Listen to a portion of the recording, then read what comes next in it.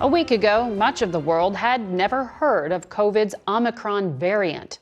4 days ago, South African authorities alerted the World Health Organization that they detected a new COVID strain in a small number of individuals from nearby Botswana. Since then, reaction has been swift. On Friday, the WHO declared it a variant of concern, citing evidence of increased transmissibility.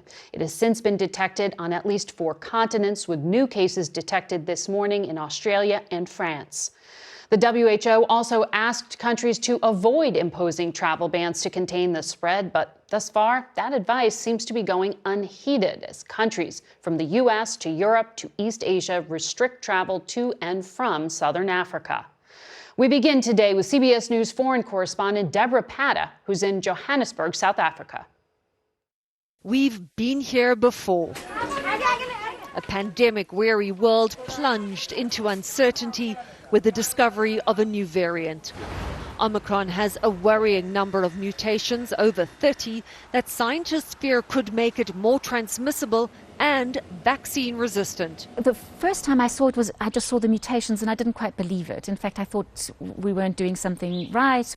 Anne van Gotberg of South Africa's National Institute for Communicable Diseases says scientists should know within the next 14 days just how dangerous Omicron is. Cases are slowly rising in South Africa, but are still very low, sitting at just over 3,200 nationwide. But it's put the rest of the world on edge. Before the arrival of the new variant, Europe was already the epicenter of an alarming surge in cases. Go. Terrified of a repeat of spring, which saw the Delta variant spread with lethal speed, one nation after another has shut its doors to countries across southern Africa.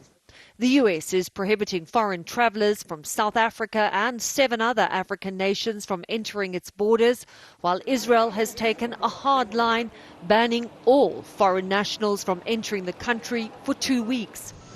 In the Netherlands, at least 61 people who arrived on 2 flights from South Africa have tested positive for COVID, 13 infected by the new Omicron strain.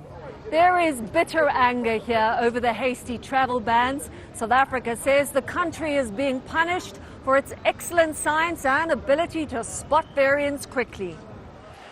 The US has praised South Africa for its transparency, but that hasn't helped smooth over smoldering resentment amongst many Africans who believe they are bearing the brunt of wealthy nations' decision to hoard the lion's share of vaccines.